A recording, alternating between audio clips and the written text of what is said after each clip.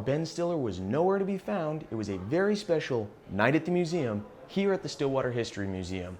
With the help of the OSU History Club, the SUAB Cultural Center brought the place to life tonight with artifacts, food, and volunteers who dressed the part. Putting on an event like this is no easy task, but Director Amelia Chamberlain was happy to do it and thinks it'll be very good for the museum. It's great. I know there are a lot of students who don't get exposed to this building and what we have inside of it. And I've noticed that a lot of them have been asking the students who created the exhibits questions. I was talking with one of them and they were really impressed. Some of them come in, they're just trying to fill out the passport and get their pizza. But many of them are asking questions and spending time looking at things and writing stuff down. And so, I think it's great. But what really made the event great was the dedication and commitment of people like Sam Walgren. So I am the co-president of the Civil War Club, and myself and my other co-president are setting up a booth here for the Civil War Club.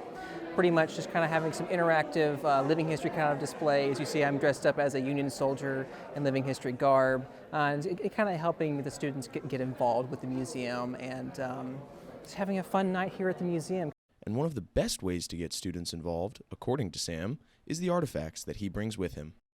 Some of the original items I have been pretty big items that people want to see. Is, for example, I have a Civil War era pipe that people are very fascinated with, and also it's a nice segue to introduce some of these ideas about larger concepts. However, Director Amelia Chamberlain feels that it's the storytelling that really brings things to life. I think that the most important thing to making the museum come alive is that you tell stories that people can relate to. We have a lot of objects. You could talk about facts and figures and dates all day long, but until you tell the stories behind those objects and tell them in such a way that people realize, oh, that's my story, or that's my family story, or that means something to me, and they can find themselves in the history here. Find yourself, find history. Find yourself, find history, and thanks to the History Club and the Stillwater History Museum, the SUAB was able to come alive tonight with no magic necessary.